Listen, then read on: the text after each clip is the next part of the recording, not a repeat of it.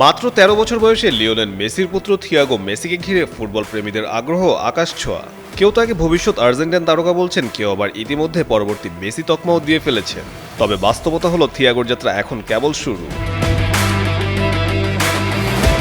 ২০১২ সালের ২ নভেম্বর স্পেনের বার্সেলোনায় জন্ম নেওয়া থিয়াগো মেসি রুকাজ্জো ছোটবেলা থেকেই বেড়ে উঠেছেন ফুটবলের সবচেয়ে বড় মঞ্চগুলোর আশেপাশে।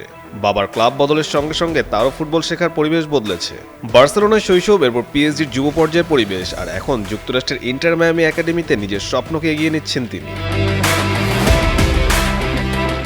বর্তমানে থিয়াগো খেলছেন ইন্টার মায়ামির অনূর্ধ্ব-14 দলে। ২০২৬ সালে ক্লাবটির হয়ে আন্তর্জাতিক যুব টুর্নামেন্ট জিতে নিজের নামও আলোচনায় এনেছেন। AKS অর্জন করল গিনেস ওয়ার্ল্ড রেকর্ডস।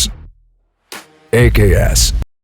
তবে তিনি এখনও একজন একাডেমি ফুটবলার। পেশাদার পর্যায়ের অভিষেক তো দূরের কথা, কোনো সিনিয়র দলের হয়েও এখনো মাঠে নামেননি তিনি।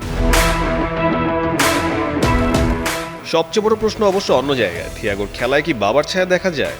সামনে থেকে দেখলে হয়তো অনেকেই বলবেন হ্যাঁ, কিন্তু মাঠের ভেতরের গল্পটা একটু ভিন্ন।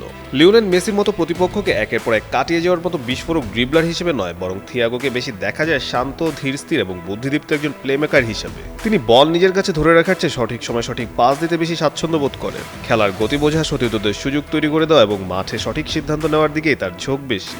অনেকেই মনে করেন থিয়াগোর সবচেয়ে বড় শক্তি তার ফুটবল বুদ্ধিমত্তা। এদিকে থিয়াগোর জন্য 2টি জাতীয় দলের দরজা খোলা। বার্সেলোনায় জন্ম হওয়ায় স্পেনের হয়ে খেলার সুযোগ যেমন রয়েছে, তেমনি বাবার দেশ আর্জেন্টিনার প্রতিনিধিত্ব করার পথও খোলা রয়েছে। যদিও ফুটবল অঙ্গনের ধারণা, সময় এলে বাবার মতোই আর্জেন্টিনার জার্সি গায়ে তুলতে পারেন থিয়াগো। তবে একটা বিষয় ভুলে গেলে চলবে না, লিওনেল মেসি পৃথিবীতে একজনই। তাই থিয়াগোর কাছ থেকে আরেকজন মেসিকে খুঁজে পাওয়ার চেয়ে নিজের পরিচয়ের নতুন এক ফুটবলারকে দেখার অপেক্ষায় হয়তো সবচেয়ে বেশি যুক্তিযুক্ত।